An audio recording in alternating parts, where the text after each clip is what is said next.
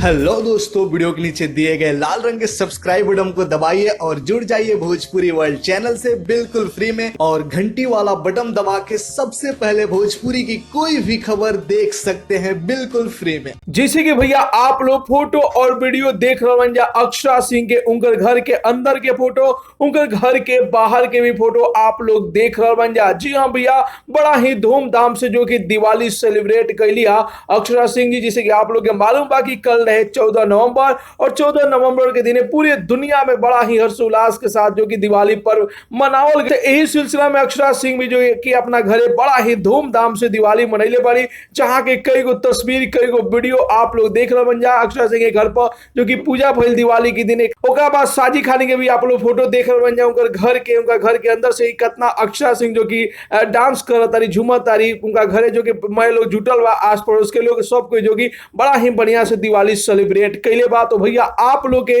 ये वीडियो कैसा लागल, रिपोर्ट कैसा लागल, अपन राय जरूर ही कमेंट बॉक्स में बताई जा, और साथ ही साथ वीडियो के ज्यादा से ज्यादा लाइक करी जा, ज्यादा से ज्यादा शेयर करी जा, और भोजपुरी जगत के हर छोट बड़ न्यूज जाने खातिर अपन भाषा वाला चैनल भोजपुरी वर्ल्ड के जरूर ही सब्सक्राइब कर लीजा। तो मिला था नहीं भैया अगला वीडियो में एगो नया न्यूज के साथ है, तब तक के लिए बाय बाय, टेक केयर, जय हिंद।